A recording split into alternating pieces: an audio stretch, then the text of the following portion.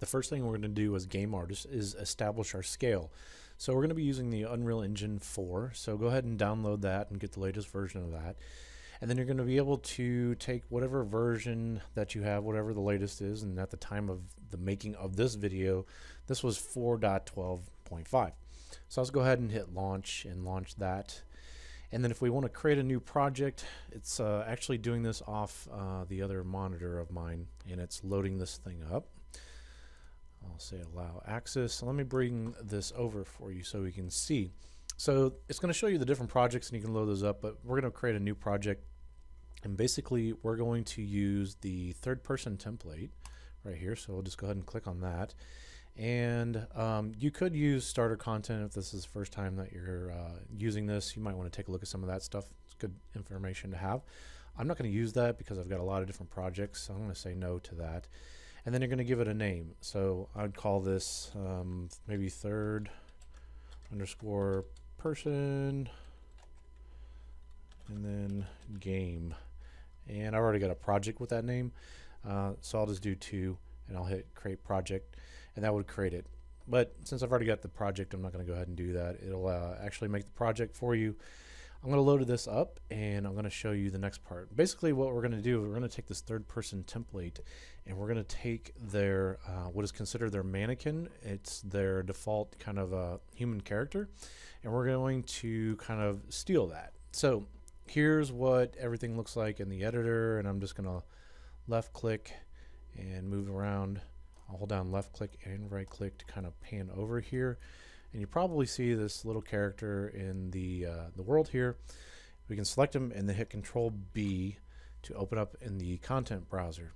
Now if yours looks a little bit different than mine, you might have to hit this little button here and it says show or hide the source panel. So this is going to have the third person character selected in here. And if you look over in the details panel over here, let me hide this, you can see that we've got a skeletal mesh over here in this area. So if I double click on that, I can load up the skeletal mesh and we can see this is basically the mannequin that I want to steal. So if I want to get it out of the engine here, I can click the little eyeglass thing here, the magnifying glass, and that will actually find it in the content browser. So this thing that we looked at first was actually the blueprint for it, but then this is the skeletal mesh. So blueprint's a system and it's got this skeletal mesh in there, and its skeletal mesh has got deformation and animation and everything else like that. Don't let that worry you too much right now. So we are going to get this guy out. So we're going to just right click on here and then say asset action, and then we'll say export, and you can export that out to somewhere. What I was doing, I'm keeping some different stuff for scale and everything. So the name of this is sk_mannequin.fbx, and so then I just renamed this to UE4 underscore new sk mannequin.fbx, and that's going to get that out of the program. Okay, now we're going to hop on over onto Maya. Okay, so here we are inside of Maya, and the first thing I'm going to do is go ahead and turn on the anti-aliasing so the grid doesn't look so bad. And I'm going to zoom in here like this, and let's just go ahead and get this in this area. We're going to go ahead and import in our FBX model. So let's just make sure we got that plugin loaded. So if we go to Windows, Setting Preferences, and then go to Plugins Manager, and let's put this over in here. Let's just make sure we've got the FBX importer loaded up. And let's see if I scroll down to here. We've got this area for fbxmaya.mll, and then have that load. I'd actually set that to auto load so it loads every time the program opens up. And once that's there, then we can go and say file and say import, and we'll do the option box. Then from our file type, we're going to choose FBX. So let's just scroll down here a little bit, and then here's FBX for the file type. And I'll go ahead and hit import. And then let me push this over here real quick. And I'm going to go ahead and navigate to where that model is that I exported out from UE4. Okay, so I'm in the folder where I exported that out. Just going to select it and hit import for that. And let's just go ahead and load this guy up. So you can see here is the scale of this character. And they're trying to say basically roughly that this character is about 6 feet tall. And if you go online, I'm sure you can find this pretty easily. If you do centimeters to feet, if you just type that in, you can probably find right at the very top here that you'll get a thing that gives you centimeters to foot. So if we type in 6 feet, you can see in centimeters, this should be about 182 centimeters, roughly, right around there.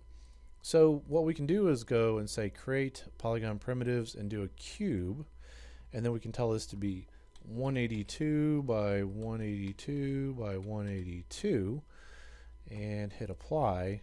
And you can see here it's going to give us a cube. I'm going to put on the move tool right here like this, and I'm going to hold down X as I drag up in this axis here to have it snap to the grid. And I'm just going to pull it up right there like that, and then I'll hold down X and then click down on this axis here. So you can see their model is roughly right about 6 feet tall. So I'm going to open up the outliner. If we go to Windows and then go to Outliner, and then we check this out, there's our cube that we've got here, and then here's our mannequin. So maybe I want to call this, and Maya will not let you start with a number, so if I do X 182 by 182 by 182, I can keep this in my outliner and just make sure I'm using this to check any kind of scale. So what I'm going to want to have you guys do is create another cube, and if we say create polygon primitives and we say cube and do the option box, this time we're going to do a width of 1 times 1 times 1, and this is basically in Unreal units. This is 1 Unreal unit, and it's a centimeter inside of Maya. It's centimeters also inside of Unreal. So this is the smallest element that you can build within inside of Unreal. But this is pretty small. I'm going to go ahead and close this window. And if we take a look for the cube, if we go to the inputs over here, we can get back to the creation options of this. So let's go ahead and make this 10. So all I did was clicked here, hold down shift, and then clicked here, and that's going to let me type in a value, and I can type them all at the same time. So if I want to do 15 or so, something like that. So here is a value of 10. And basically what I'm going to have you do, let's hide the mannequin. I'm going to select it here. Hotkey for that is Control H to hide, and that's under display hide selection right in here. And maybe we want to hide the cube. So again, Control H is going to hide that. And now basically I've got this 10 unit by 10 unit by 10 unit cube. And the next thing I want to do, I want to make this thing look a little nicer. So we're going to select all of our edges. So I'm going to hit F10, and that'll select edges. Or I can right click over this object and I can say edge. So here's my edges. So I'm going to drag a marquee around the whole thing. Just click and drag with the left mouse. And you've got all of your edges selected at that point. If you want to frame this mess, just tap F, and then now if I hold Alt and then click and drag, you can see the center of this is right on here. That might be just helpful for kind of looking around. Next thing we're going to do, we're going to bevel. So if you hold down Shift and right click, we can say bevel edge. So just click and drag out as you hold this thing. And we could look at the option box, but I'm just going to go ahead and let it do its thing. Let's see what we got here. It'll pull up this whole dialog box for us, and we've got different things that we can take a look at. Take the fraction, maybe put it down to 0.05, something like that. I think that looks pretty decent. Now segments is 1, right? So you can see it's giving us like one piece of geometry here for our bevel. If we put that at 3, we can get a nice kind of rounding to our corners and everything else like that. So I think that looks pretty good. The next thing we're going to do is just take a look at the UVs just so you can be familiar with some of this stuff. So let's go to Windows and then go to UV Editor, and we'll open this thing up, and here are the UVs for it. They're kind of messed up, But the next thing that we're going to be doing inside of UE4, we're going to be working with solid materials. We're not going to be worried about textures or anything else like that. We'll get into that, but for now, just know that the UVs are roughly laid out. It's done some funky stuff. Maya did some funky stuff when it did the bevel, so, but we're not too worried about it now. We also have history on our model. If you see over here in the area for this, you got these different inputs, and here's some of the different options that we had for doing the bevels and stuff like that. So you can go through and you can change values on that stuff. We're not too worried about that. We're going to delete the history. The hotkey for deleting history is Alt-Shift-D, but we can go up to Edit and delete by type and do history. And you can see some of the things in the menus, they actually tell you what the hotkeys are. So anytime you do an operation in the menu, I highly suggest you start looking at the hotkeys and start memorizing these different hotkeys. It'll definitely speed up your workflow. Okay, so here is this cube, and what I'm going to do is, because we're going to go into Unreal and we're going to work with their grid units and their grid scale, we're going to take this object and we're going to put it on the floor. So if we want to get it on the grid here, if you don't see grid, make sure you go to display grid. You should be able to see grid, and we should probably talk about setting up the grid. So I went to display grid option box, and this length and width, I set that to 360, and that's just basically the extent of how far out this is going to push out. And then grid lines, this should be set to 10, something like that. And subdivisions, we'll put that at 10. And I changed these colors. I like the axis to be red, and grid lines and numbers, this to be black, and the subdivision lines to be like the kind of this gray. And then I'm also turning on all these options to turn everything on. If I hit apply, you can see what we've got going on here. So basically, if I hold down X, and I'm going to temporarily turn this grid snap on by holding down X, and if I click and drag up with the move that we've got here, you can see I'm snapping to these different grid increments. And so if I push up, you can see over here in the channel box, since we had a box that was 10 units by 10 units by 10 units, and if we pushed it up in Y, you know, half the box was like under the ground and half was above. So half of 10 is 5. So that's where we get this number here, like this. So this is the grid setup, and this is going to give you predictable results for, you know, setting up something and then working with the centimeters thing.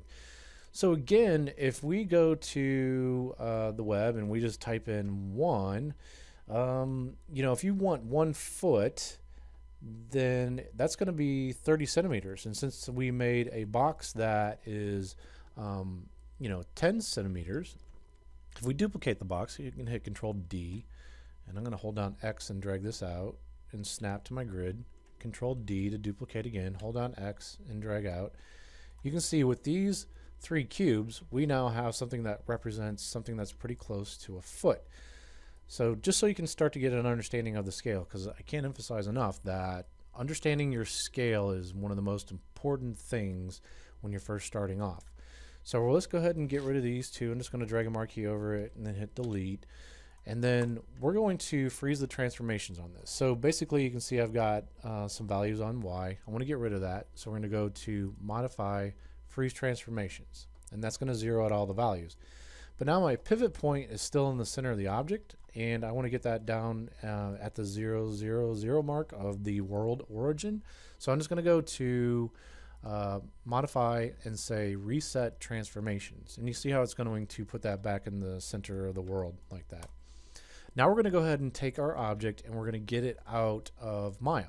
So we're going to, I'm just going to call this X10, X10, oops, if I could type here, X10, X10, because I got a 10 by 10 by 10 cube.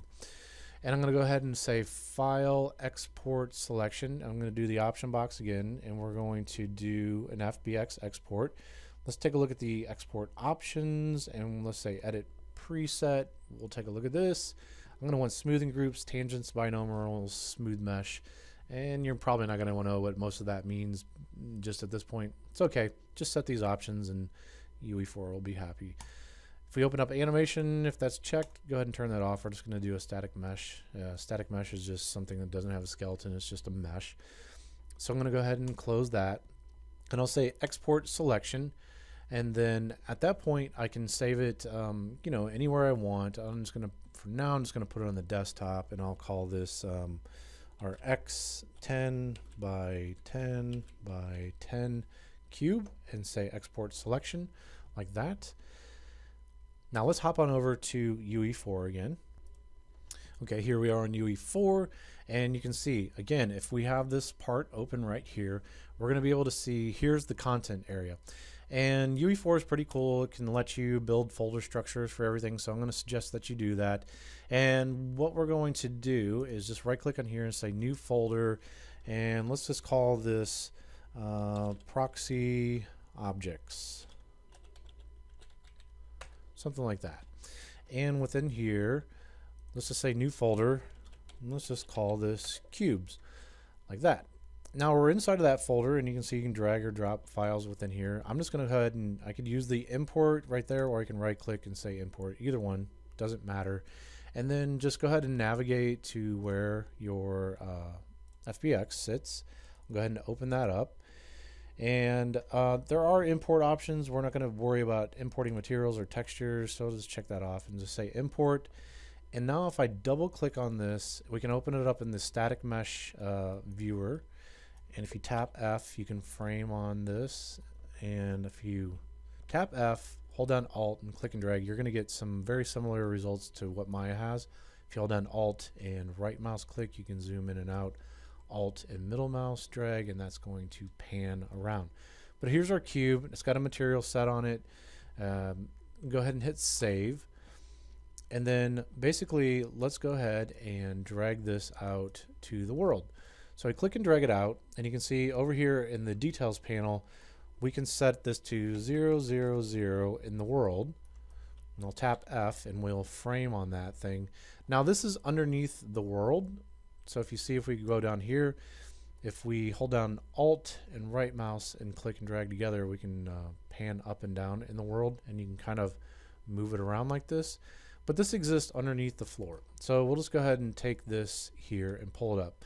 Now if you don't see this manipulator, just tap the space bar and it'll switch between moving, rotating, and scaling. We're going to push it up until we see the object. And again, I'll tap F and I can frame it on this thing like that. And if it's sitting above the world, something else that you can do is you can hit the end key and it'll snap it down to whatever geometry is down below it. So here's our object, and here's something that's kind of cool in UE4. If you hold down Alt and click and drag out, you can drag out a copy.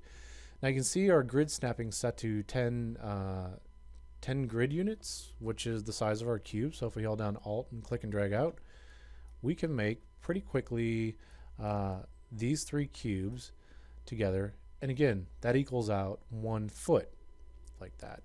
And if we want to play, just go ahead and click this big play button right here, and you can take your character, and then with the WASD keys, you can move your character around, and you can see our cube set in the world. Okay, so go ahead and get that set up, and that'll be the first part of what we're going to do for creation.